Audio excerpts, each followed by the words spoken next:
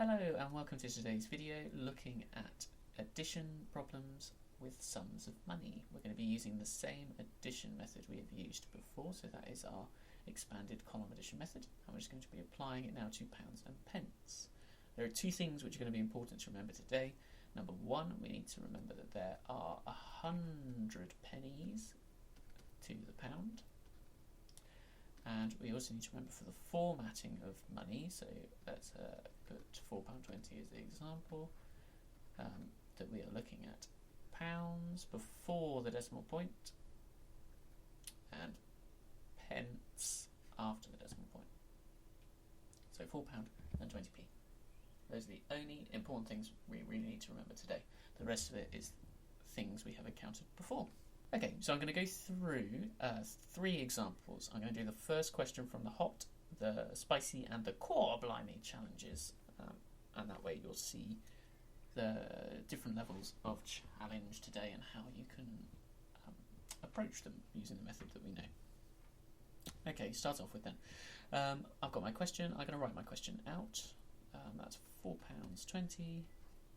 I'm using 1 square for the decimal point. As you go up through the score, you'll start to put it on the line of the square, but just to remember that it's there, I'm going to put it in its own square. And we're doing £4.20, pence, add £3.70, pence, and I've already gone against my own rule there. £3.70, there we go, make sure I've got my pence on.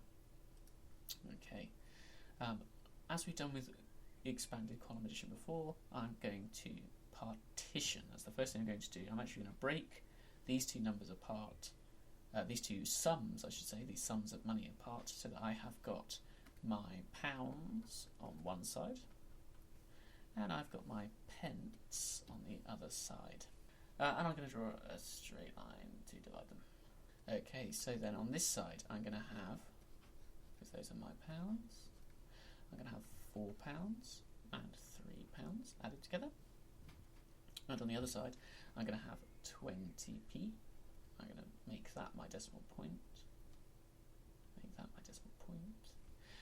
And 70p there. So I'm effectively going to be doing 2 different addition sums here. I'm going to start with my pence, because it's good practice to always start with the smallest thing that you have. So I've got 20 at 70 is 90. 2 tens at 7 tens is 90, that's 90p. And I've got £4 at £3, which is £7. And then all I'm going to do is I'm going to link those back up, just like we would normally. So I end up at the end with £7 and 90p. And that's my answer.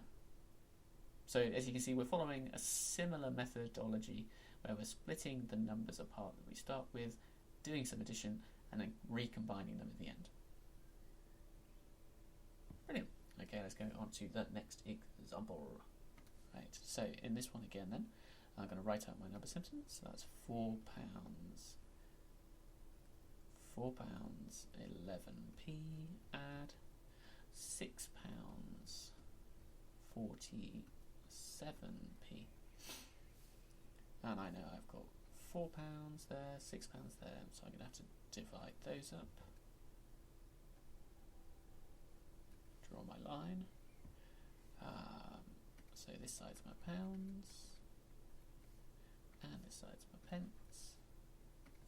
So I've now got £4 and £6. I might even cross these out as I go, so I know I've written them down.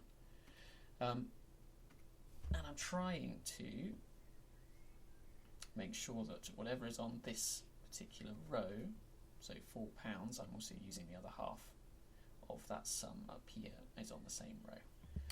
It's not particularly important for addition because we're adding everything all together, so the order is a bit irrelevant, but it's good practice because whenever you switch over to subtraction, you don't want to be mixing up your numbers. So on this row then, that's £4, I'm going to have 11p over here, and then I'm going to have 47p underneath. So I've got all of my components. I could break this down further, so I could turn this into 10 and 1, and I could turn this into 40 and 7 if I needed that extra step to help me out with my working out today.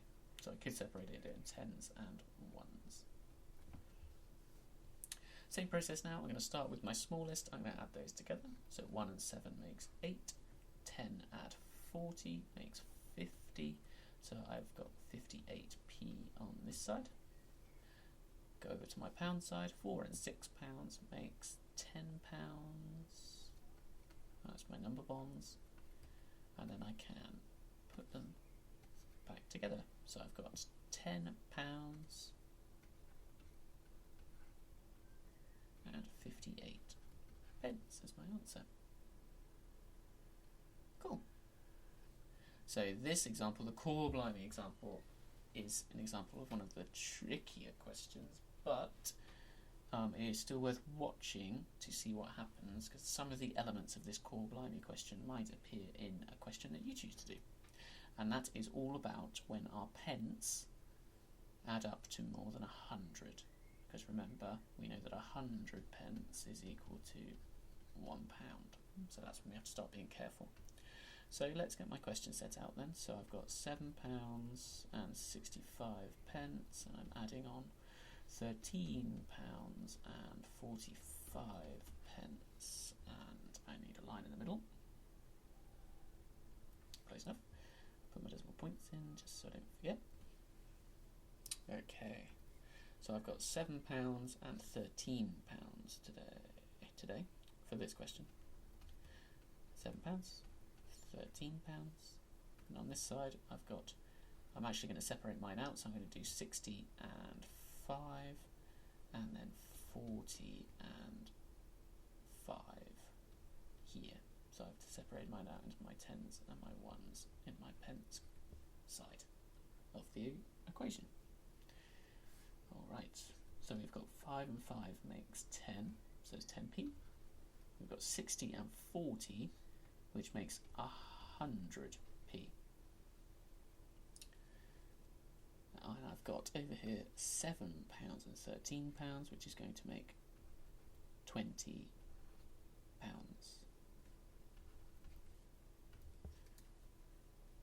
Adding my pence together, I've got 110p. I've got my £20 and that's ready to come across. However, this is where we need to pay close attention. My pence has gone above that magic number of 100. Whenever I've got to 100, I need to kind of do what we would call like an exchange, where that 100 pence, this 100 marker now, is actually a pound, isn't it? So we have got 110p, but we've got £1 and 10. That would be another way of saying it, £1 and 10p. This is important because this pound will need to be added to that £20 that we had before. So rather than having just £20, I've actually got £21. And then what's left over? Well, it's my 10 pence is what I have left. So the actual answer is £21 and 10 pence.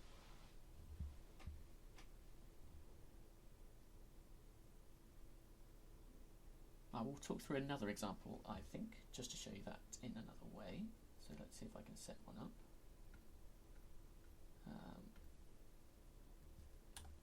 So imagine we had another number sentence. What could it be? It could be £24 and 77 pence added to £32 and 56 pence. So really it's just, the important point really is recognising when your pence has added to more than a pound, and then adding the pound and leaving the pence, adding the pound to the pound side of your equation, and then whatever's left is your pence. So let's do that again here. So pounds, and I know it's going to be more than a pound in the pence because I've got 70 pence and 50 pence, and that's more than 100 definitely. So I've got £24 on that side and £32 on this side. Yep, that's right. £24 or £32. Again, if you wanted to, you could separate it out. However, I think I can probably do that mentally. So I'm going to keep that together. And then on the other side, I've got 77 pence and 56 pence to add together. Okay, 7 and 6 makes 15 pence. 70 and 50 makes 120 pence. I'm going to combine them to make 135 pence. And I'm just going to put a circle around this one, around the 100, because I know then that that is £1 and it needs to be added up here. Adding my pounds then, I've got 40, that's £6, £56. Add my 1 to it, we'll make that £57.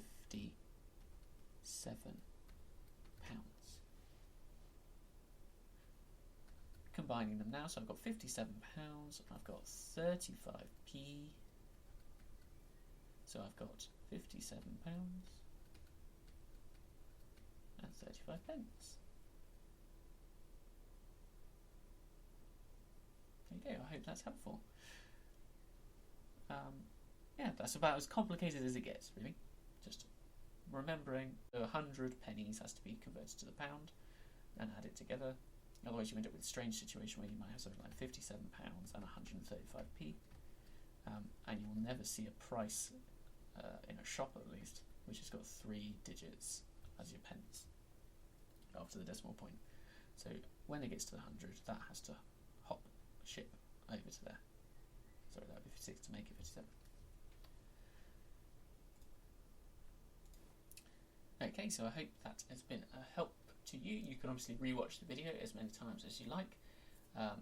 Use it to work alongside you, entirely up to you. Good luck. I think you'll be alright with these challenges. Remember, you get to choose any 5 questions that you want to do, and if you'd like to do more questions, you absolutely can. Don't feel like you're constrained, but I'd like everyone to do a minimum of 5. You can choose 5 from the hot, 5 from the spicy, 5 from the core blimey, or 5 from any of those. Alright, have a wonderful day.